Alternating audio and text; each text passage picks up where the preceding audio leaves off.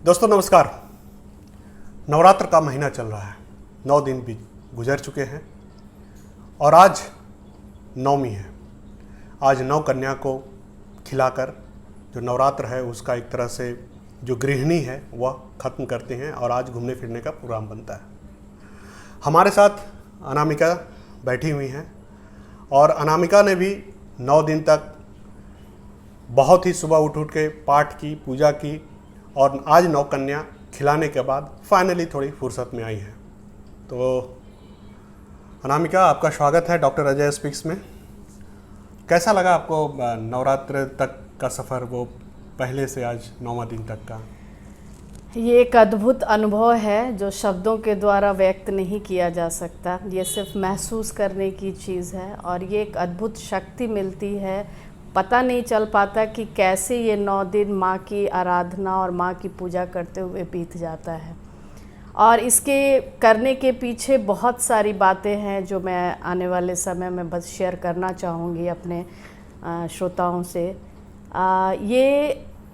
ये माँ करवाती हैं, इंसान नहीं करता। माँ की इच्छा होती है कि मैं अपने भक्तों से, और मुझे समझ में नहीं आता एक्चुअली, मैं जॉब में हूँ, फैमिली की जिम्मेवारी है, कभी लगता है पता नहीं इस बार कर पाऊँगी कि नहीं। मैं बहुत सालों से कर रही हूँ, मुझे याद नहीं आता कि मैंने कब से इसको शुरू किया था, लेकिन ये मुझे ज़रूर याद है कि मैं ऐसे समय में शुरू की थी जहाँ पे मैं बहुत संघर्षपूर्ण जीवन जी रही थी और मुझे बस कहीं से पता चला कि माता की कृपा अगर किसी पे होती है तो उसे हर वो चीज़ मिलती है जो उसकी इच्छा होती है।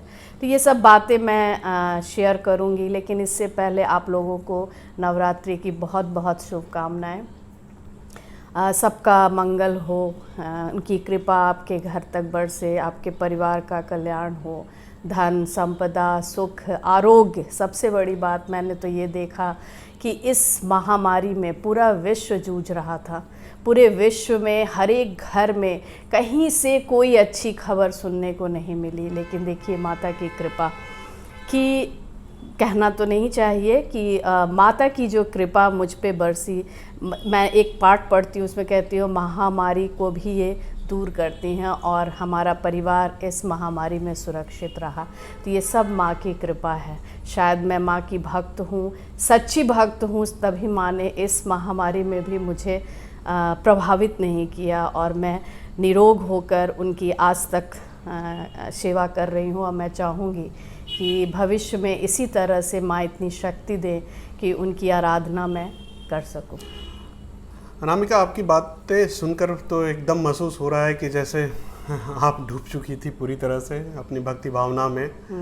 और भारत का जो पूरा सांस्कृतिक वो है, स्वाद है या ताना बाना है, उसमें कई धर्म हैं, कई देवताओं का अपना एक प्रभाव है, उनकी स्तुति होती है अलग अलग वजह से। इन सब में दुर्गा माँ की जो स्तुति है वो काफ़ी खास होती है। सबसे बड़ी बात तो ये है कि ये 10 दिन तक चलती है, जो कि और किसी भी, मतलब आप किसी भी पर्व त्यौहार को ले इतना लंबा नहीं चलता है ना।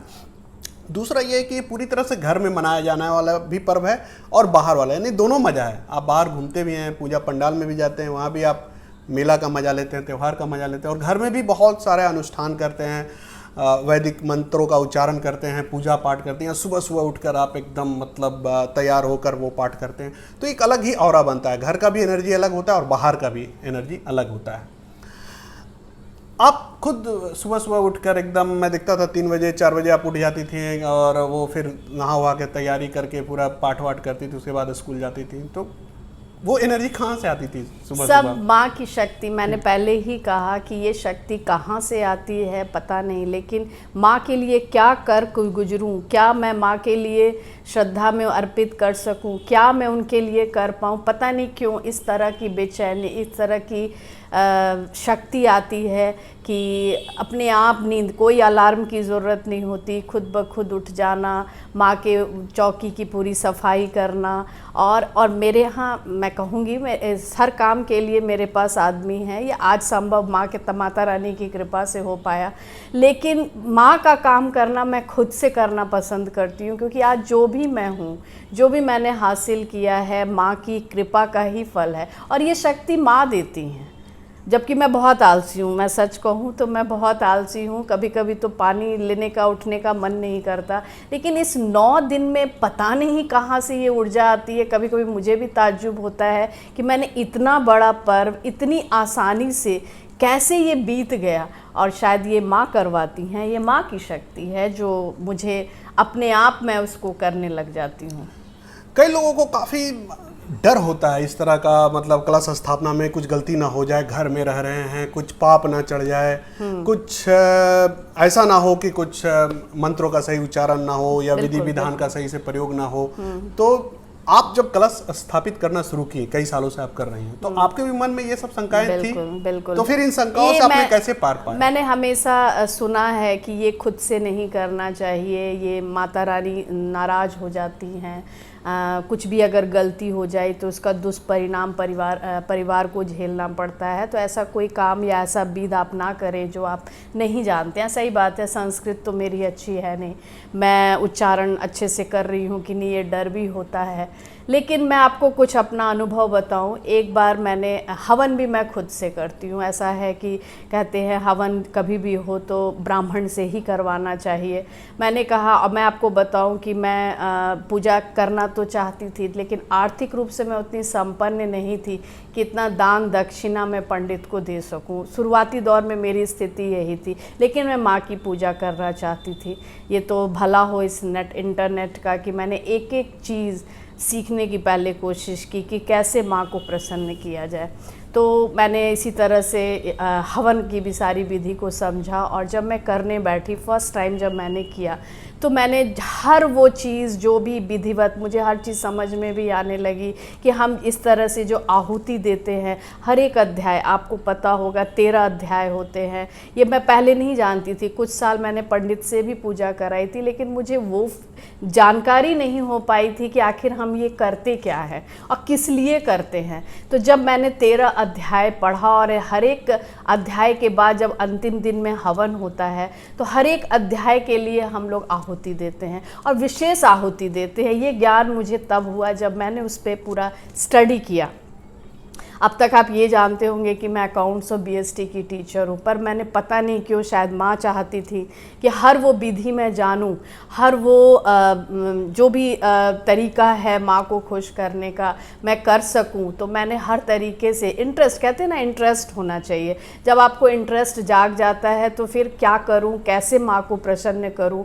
तो मैंने हर एक चीज़ को बहुत अच्छे से नोट्स तैयार किया, जैसे हम लोग सब्जेक्ट का नोट्स बनाते हैं। मैंने हर एक स्टेप बाय स्टेप मैंने नोट्स पेन से अपने कॉपी में नोटबुक तैयार किया। और मैं जब पहली बार जब मैं हवन करने बैठी थी तो परिवार के सब सदस्य आए थे, मेरे फादर इन लॉ आए थे, मदर इन लॉ आई थी, और सब परिवार एकजुट हुआ था। और मुझे बहुत डर लग रहा था कि अगर मैं किसी भी तरह की गलती कर दूं तो शायद ये सच साबित हो जाएगा कि घर में खुद से पूजा नहीं करनी चाहिए। और मैं चाहती थी कि माता रानी ही अब इसकी रक्षा करेंगी, या जो भी मेरा विश्वास है वो टूटने नहीं देंगी। और आपको मैं बताऊं, उस दिन का अनुभव मैं आज तक नहीं भूल पाई। जब मैं आहुति दे रही थी, जब स्वाहा कर रही थी, अग्नि बुझ चुकी थी, प्रज्वलित ही नहीं हुई। तो मेरे मन में एक शंका आई कि लगता है माता ने मेरे आहुति को स्वीकार नहीं किया। और मैं अंदर से बिल्कुल डर गई थी, लेकिन मैंने किसी को ये जाहिर होने नहीं दिया था, क्योंकि मुझे माता रानी पे पूरा विश्वास था कि कुछ अद्भुत होगा ज़रूर। और इस पे मुझे सुनने को भी मिला कि देखा, इसीलिए हम लोग भी करना चाहते हैं लेकिन हम लोग नहीं करते, क्योंकि इसमें माता रानी कब किस बात से नाराज़ हो जाएंगी, कब इसका दुष्प्रभाव हमारे परिवार पे पड़ेगा। तो मैंने कहा जो होगा, अब माता रानी की मैंने तो अपनी पूरी जो जितना यथाशक्ति थी मैंने हर वो जानकारी हासिल की, हर वो तरीके से माता रानी की मैंने पूजा की। अब माँ ही मेरी लाज रखेंगी। आपको मैं बता दूं उस दिन की घटना, जब मैं 9 कन्या की तलाश में नीचे उतरी, मुझे 9 कन्याएं एक साथ मिली। पता नहीं वो क्या था, मैंने सबको अपने घर बुलाया, किसी भी कन्या को मैं नहीं जानती थी। सब ने बहुत अच्छे से भोजन किया। और आपको मैं बता दूं उस दिन का अनुभव, जब मैं हवन करके उठ गई और मैंने सारी विधिवत आरती कर ली और सारा विसर्जन कर लिया, उसके बाद जब मैं 9 कन्या के खाने का इंतज़ाम करने लगी तो अचानक से आग प्रज्वलित हो गया और सारी चीज़ें जो मैंने श्रद्धा से माँ को अर्पित की थी, अग्नि देवता ने सब ग्रहण कर लिया। मेरा रोम रोम मतलब खुशी से मैं आपको बता नहीं पा रही हूँ। और मैंने फिर कहा, देखा मेरी भक्ति में कोई कमी नहीं थी। और ये साक्षात आप देख रहे हैं कि मैंने श्रद्धा से की, और माँ तो माँ होती है।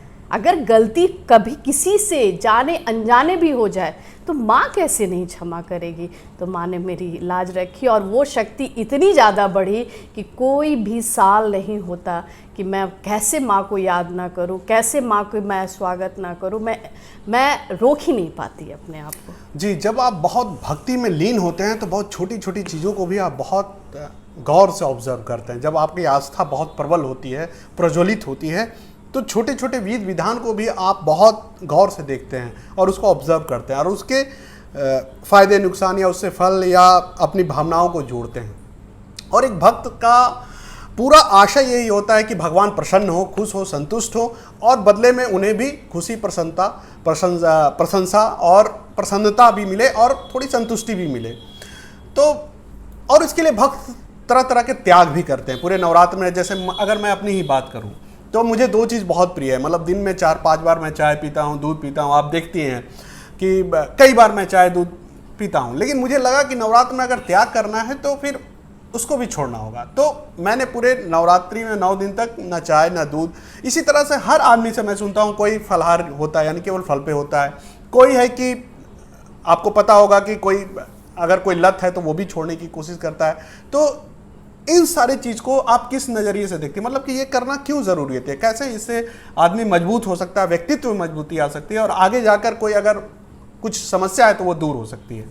आपकी जो भी आसक्ति है, ये एक सही समय होता है कि आप अपनी आसक्ति पर कैसे कंट्रोल कर सकते हैं। तो चेक योरसेल्फ, आप क्या त्याग कर सकते हैं। और ऐसा भी कहा है कि जब आप माता रानी को अपने घर में स्वागत कर रहे हैं तो आहार कम कर दें, अपने को डिसिप्लिन कर लें, घर का वातावरण बिल्कुल अलग हो जाता है, पूजामय हो जाता है, सुबह शाम आरती गाना।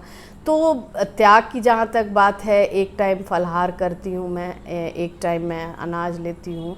खैर ये सब तो बाहरी आगंबर है, ये अपने आप को जो भी है, माता रानी ने आपके प्रार्थना को स्वीकार किया कि नहीं किया, इसका सीधे ये कि आपकी जो आत्मिक जो शांति आपको मिलती है करने के बाद, एक अजीब सा अनुभव कि मैंने इस 9 दिन को किस तरह से माँ को समर्पित किया, और उसके बाद का जो अनुभव होता है ना, वो एक्सप्रेस नहीं कर सकते। और ये जो बाहरी कर्म कांड हम करते हैं, कहते हैं, मैंने तो पढ़ा है 12वीं अध्याय में, अगर आप लोग भी 13 अध्याय पढ़ते होंगे, तो मुझे 12वीं अध्याय की एक बात मुझे बहुत अच्छी लगी कि माता रानी ये सब बाहरी कर्म कांड से कहीं ज़्यादा, वो तो ये कहती, मेरे महात्म को आप कहीं से सुन भी लेते हैं तो उन पे माँ की कृपा बरसती। और उन्होंने तो राक्षसों को, दैत्यों को सिर्फ इसलिए प्रहार करके उनको बद्ध किया ताकि उन्हें भी स्वर्गलोक प्राप्त हो सके। तो हम लोग तो माँ के भक्त हैं, तो सोचिए माँ की कृपा हम पे क्यों नहीं बरसेगी। तो त्याग अच्छी बात, वो तो खुद ब खुद एक भावना है जो माँ के लिए आती है। और यथाशक्ति जितना संभव, लोगों की सुनी सुनाई बात पे ये मत करो वो मत करो, ये सब मैं नहीं मानती। जी, मतलब व्यवहारिक होना चाहिए। कहने का मतलब है कि जो चीज़ व्यवहार में ना हो, आसानी से आप माँ को रोज याद कर सके। आप मान लीजिए आप भोजन त्याग देते हैं और दिन रात आपको बस रखता है कि कब ये ख़त्म होगा, कब मैं भोजन कर पाऊंगी। तो ये फिर करने से अच्छा है कि आप भोजन ही करें और माँ को याद करें। तो हमको लगता है ये एक सच्ची भक्ति होगी जो आप अपनी माता रानी को प्रदर्शित कर पाएंगे। अब बात आता है थोड़ा सा कि घूमने फिरने का, तो जाहिर सी बात है उसके प्रति आकर्षण स्वाभाविक है। अब ये बताइए कि घर में भी कलश स्थापना करना, सुबह में पूजा पाठ करना, शाम में भी करना आरती गायन करना, अब उसके बाद घूमना, तो ये पूरा दिन जो अध्यात्म और पूरा उसी वातावरण में गुजरता है, कैसा महसूस होता है? जब बाहर भी जाती है पंडाल में भी प्रसादी मिलते हैं या वहाँ भी आप हाथ जोड़ के प्रणाम करती हैं, तो ये पूरा कितना जोड़ पाती हैं, मतलब ये कैसा लगता है? एक तो घर में आप काम जो भी आप पूजा कर्म कांड करते हैं, जब आप बाहर जाते हैं, क्योंकि वो बड़ी मूर्ति माँ का, माता रानी का चेहरा जो एक काल्पनिक मूर्तिकार ने उसको गढ़ा है, और जब आप उसे ध्यान से देखते हैं तो यही माँ है। और इनके तो रूप अनंत हैं, इतने चीज़ों का हम लोगों ने, उनका तो हर एक देवता, जितने भी हमारे हिंदू में देवता है, हर एक का अंश है वो। उनकी उत्पत्ति जिन्होंने पढ़ा होगा, मैं उतना ज्ञान नहीं, मुझे उतना नहीं पता, मैं एक मामूली सी एक भक्त हूँ, और मैंने इतना जाना है कि अगर माता रानी को आप याद कर रहे हैं तो समझिए हर उन असंख्य देवताओं की आप आराधना कर रहे हैं, और हर एक असंख्य देवताओं की आपको उनकी शक्ति प्राप्त हो रही है। और जब मैं पंडाल में जाती हूँ तो सिर्फ माँ की मूरत देखती हूँ, एक तरफ माँ गुस्से में भी हैं और एक तरफ वो दया भी बरसा रही हैं। तो ये अद्भुत जो अनुभव है उनके चेहरे को, उनके मुख को देखकर, कि किस तरह से माँ का जो बनावट है मूर्तिकार के भी दिमाग में कैसे आता है। तो शायद माँ का ही कोई ऐसा एक शक्ति है जो माँ अपने कहते हैं ना, जो भी हम करते हैं ये किसी न किसी शक्ति का प्रभाव होता है। ऐसा क्या हो जाता है कि आदमी 10 दिन तक बिना कोई लीन हो जाता है पूजा पाठ में, तो ये सब माँ करवाती। मुझे तो ये लगता है कि ये सब माँ की इच्छा से ही होता है। तो एक अद्भुत अनुभव है जो सिर्फ समझ सकते हैं, एक्सप्रेस नहीं कर सकते। और देखिए इसमें पूरा जो ये महीना ही है ना, अभी से जो अक्टूबर से शुरू हुआ, ये पूरा नवंबर तक, जो छठ तक हम लोग बिहार में जो है छठ तक, वो पूरा भक्तिमय ही होता है। लोग लहसुन प्याज नहीं खाते हैं, अलग अलग धारणाएं हैं, अलग अलग मान्यताएं हैं, लेकिन संयम तो एक पार्ट ऑफ लाइफ हो जाती है ना। खान पान में संयम, हमारे यहाँ ही जैसे नमक वगैरह यूज नहीं हो रहा था, सेंधा नमक और लहसुन प्याज हम लोग त्यागते हैं। फिर उसके बाद खान पान में त्याग, फिर बोली व्यवहार में अपशब्दों का ना प्रयोग, किसी महिला के प्रति अभद्रता या गलत सोच ना रखना, फिर कपड़े लत्ते में भी थोड़ा है ना बहुत उस तरह नहीं। तो ये पूरा जो है ना, आप घर की जो पॉजिटिविटी है वो बढ़ जाती है। बच्चों को डांटना नहीं, आप तो देख रहे थे कि मतलब बेटी है तो नहीं, बेटी है अभी, इसको नहीं डांटना है। तो और क्या क्या इसमें मतलब आदमी जो है वो क्या क्या आपके अनुसार बदलता है? आज का मैं अनुभव बताऊं, जब मैं निकली कन्या की तलाश में, तो एक बात मुझे समझ में नहीं आई कि लोगों को कन्या नहीं चाहिए, और जिस दिन नवरात्रा होती है कन्या नहीं मिलती हैं।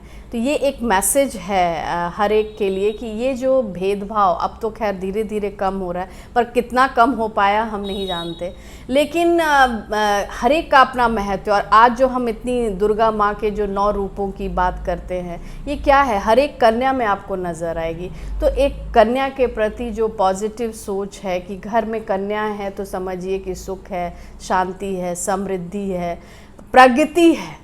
और अगर वो नहीं है तो you are missing a lot. मतलब माता रानी की कृपा अभी आपको नहीं मिली है। मैं ये नहीं कहूँगी जिनके पास पुत्री नहीं है वो दूसरों के लिए तो ये भाव रख ही सकते हैं। बहू है, पुत्री नहीं, बहू होगी, पुत्र ही ना है, पुत्री ही होगी, या तो पुत्री नहीं है तो अपनी पत्नी है, माँ है। ये जो एक कन्या के प्रति जो व्यवहार है, एक जैसे पहले जो हम आज भी देखते हैं, बहुत सारे ऐसे सीरियल भी बनते हैं जिसमें कन्याओं का जिस तरह से शोषण होता है, तो ये कैसे हो पाता है। और सोचिए कि आप कितनी बड़ी शक्ति को अपने व्यवहार से दुखी कर रहे हैं, उसे दुख पहुंचा रहे हैं, तो समझिए आप उस अपने प्रगति के खुद बाधक हैं।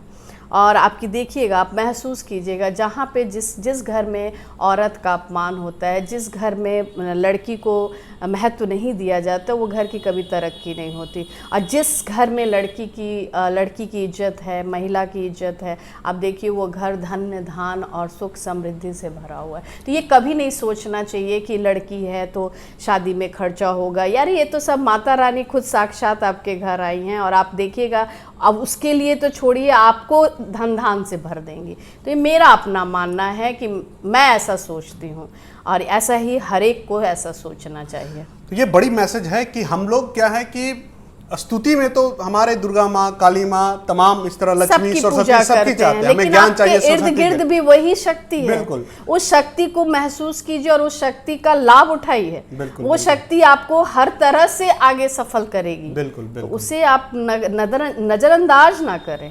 तो ये जो द्वंद्व है हमारे सोचने में, हमारे एक्ट करने में और हमारे खुद के फैसले लेने में, इस द्वंद्व से लड़ना होगा। ये फर्क हमारे समाज, ये फर्क दूर से लड़ना करना होगा। कि समझिए अगर वो शक्ति ही की आप बिल्कुल। पूजा कर रहे हैं। बिल्कुल, नारी शक्ति अगर हमारे आराधना में है तो हमारे वो भावना में भी होना चाहिए, हमारे व्यवहार में भी बिल्कुल, उतरना व्यवहार चाहिए। में वो आना हमारे चाहिए। घर आप में सोचिए कि एक कन्या को अगर आप खिला रहे हैं तो वो समझिए एक देवी आपके घर आई हैं, तो वो कन्या में भी वही नजर होना चाहिए। ये नहीं कि हम देवी सिर्फ 9 दिन हम पूजा कर रहे हैं, कन्या की इज्जत कर रहे हैं, फिर जैसे ही पूजा खत्म हुआ कन्या को उसी जगह पहुंचा दिया जैसा आपकी सोच थी, तो क्या फायदा? उस शक्ति का कोई असर आप पे नहीं पड़े और ना ही उसका कोई लाभ आपको दिखेगा।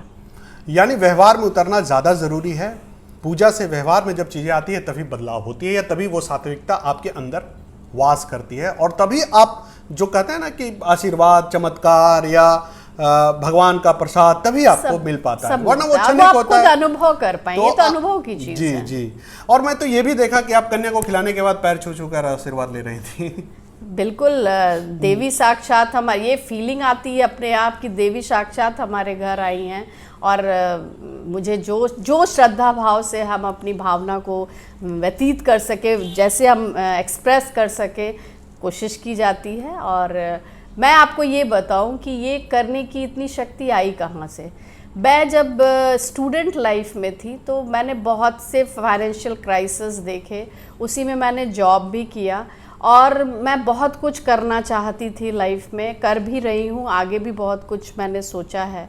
तो मुझे लगा कि मैं क्या कर पाऊँगी। अभी तक मैं सिंपल एक ग्रेजुएशन कोर्स करके मैं कहाँ तक पहुँच पाऊँगी, और थोड़ी आर्थिक स्थिति हर तरह से हमारे घर में थोड़ी समस्या थी। तो मुझे लगा कि माँ, क्या पता नहीं क्यों अचानक से मुझे लगा कि माता रानी का कलश बैठाना, और लोगों ने बताया कि जब माता रानी की पूजा होती है तो उस घर में हर चीज़ का अभाव दूर हो जाता है। तो मैं अपनी जर्नी बताऊं कि जब से मैंने माता रानी की मैं शरण में आई, मेरी सारी समस्या दूर हो गई। एजुकेशन जो लगा था कि अब शायद मेरा एजुकेशन आगे नहीं हो पाएगा, अद्भुत हुआ। ये कहाँ से कैसे हुआ ये बहुत लंबी कहानी है, लेकिन मैं एक ब्रीफ में आपको बताऊंगी कि हर वो चीज़, शिक्षा में मैंने पूरी शिक्षा ग्रहण की, उसके बाद पारिवारिक सुख भी मुझे मिला, पुत्र हुआ वो भी मैं इसलिए चाहती थी क्योंकि हमारे इन लॉज में पुत्र का ज़्यादा महत्व है। मैं जो बात है मैं फ्रैंक बताती हूँ कि बेटा का ज़्यादा महत्व है। तो देखिए माता रानी ने पहले बेटा ही दे दिया, पर मेरी इच्छा थी कि एक बेटी मुझे चाहिए। और देखिए माता रानी की कृपा, दोनों बच्चों में मेरे 8 साल का फ़र्क है, और मुझे लगा कि शायद अब दूसरा इशू मैं नहीं कर पाऊँगा। बहुत सारी मेरी घर की और बाहर की जिम्मेदारियाँ इतनी ज़्यादा थी। लेकिन सोचिए मैं विंध्याचल गई और माँ से मैंने कहा कि मुझे एक पुत्री चाहिए। आप बिलीव नहीं करेंगे, उसी मंथ में नव्या का आगमन हो गया और नव्या आ गई घर में, और लगा कि साक्षात माँ ही आ गई हैं। जब भी मैं नव्या को कहती तुम तो मेरी दुर्गा माँ हो, नहीं मैं दुर्गा माँ नहीं हूँ, मैं तो नव्या हूँ। नहीं बेटा तुम तो मेरे लिए सब कुछ हो। तो कहने का मतलब है कि उस जर्नी से लेके, स्टूडेंट लाइफ से लेके आज की लाइफ तक की अगर मैं बात करूं तो हर बार माँ की कृपा बरसी है। और भी बहुत सारी चीज़ें ऐसी हुई जो मैं उनके ऋणी हूँ, और शायद यही वजह है कि मैं उनको कभी भूल नहीं पाती, और उनका हर साल मैं धन्यवाद करना चाहती हूँ कि माता रानी आपकी कृपा बस ऐसे ही बरसती रहे, आपकी दृष्टि हमेशा रहे, और आपका हमेशा आशीर्वाद बना रहे, और ये शक्ति हमेशा रहे कि मैं आपको हर साल इसी तरह से, इसी भाव से आपका स्वागत कर सकूं। तो पटना आपने घूमा और आज घूमने का प्रोग्राम है आगे आपका? अब माता रानी के 9 कन्या खिलाने के बाद तो लगता है कि सारी पूजा मेरी पूर्ण हो गई। 9 कन्या इतनी खुश होकर मेरे घर से गई तो लगा कि हाँ माता रानी ने मेरी हर पूजा को खुशी खुशी स्वीकार कर लिया। तो अब घूमने का भी समय है इनका। अंतिम जो आप मैसेज दे हमारे देखने वालों को कि पूजा पाठ में क्यों संलग्न होना चाहिए, क्यों पूजा पाठ? लोग हैं कि धर्म से कटते जा रहे हैं और धर्म को प्रोपेगेंडा या वैचारिकता से बहुत जोड़ दिए हैं और बोझिल कर दिए हैं। तो कुछ मैसेज हो तो आप बताएं। हाँ बिल्कुल, मेरा एक ही मैसेज है कि देखिए बहुत ही सिंपल तरीके से, और कुछ नहीं माँ कुछ नहीं चाहती है। जो बाहरी कर्मकांड से हम लोग इतने विचलित हो जाते हैं, जयती अच्छे से नहीं खिली, या लगता है मैंने कोई गलती कर दी, या मुझसे कुछ गलत हो गया, इतना आगंबर वो मांगती ही नहीं है। ये तो हम खुश करने के लिए करते हैं, और इंसान है, गलतियां हो ही जाती हैं। लेकिन क्या लगता है, माता पिता जो होते हैं, पुत्र कितना भी, पुत्र पुत्री कितने भी नालायक हों, उनको कभी भी उनका वो बुरा नहीं कर सकते। ठीक उसी प्रकार माँ जो है कभी आपका बुरा नहीं करती हैं। और आप सोचिए, इतना भक्ति भाव से करी, सोचिए उनकी, वो आपसे कितना प्रसन्न होंगी कि देखो नहीं जानते हुए भी, गलती से ही सही, पर वो भाव तो दिखा, करने की इच्छा तो जागी। तो इसलिए जितना हो सके, जितना संभव हो सके, और ये मैं नहीं कहती कि भोजन त्याग कर दो, ये त्याग करो, कोई त्याग मत करो, बस माता रानी को दिल से याद करो।